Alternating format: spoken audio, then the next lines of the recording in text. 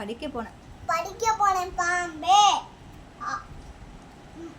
ஆசிரியர் எழுதுனது மு முருகேஷ். பள்ளிக்கூடம். ஆசிரியர் பாட்டு பாடினாரு. குழந்தைங்களும் பாட்டு பாடினாங்க. பாம்பு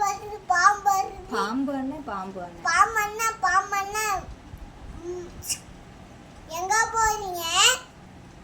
நான் பள்ளிக்கூடத்துக்கு போறேன்.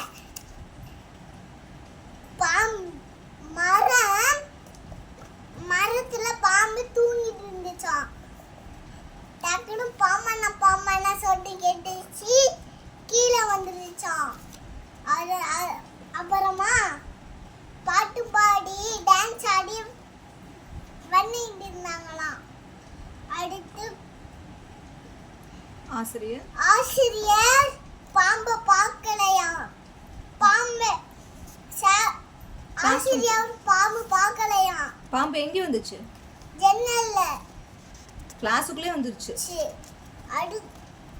பெஞ்சில பாம்பு வந்துருச்சு. அது பசங்க குழந்தைங்க பார்த்துட்டு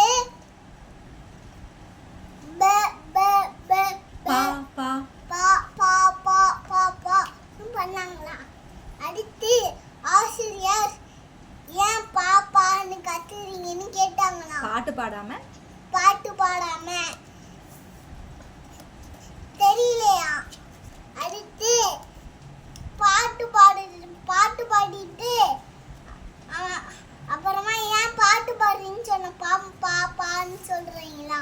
அடுத்து குச்சி எடுக்கிறேன்னு குச்சி மாதிரி தெரிஞ்சோன பாம்பு எடுத்துட்டாங்களாம். அடுத்து பாம்பை பார்த்துட்டு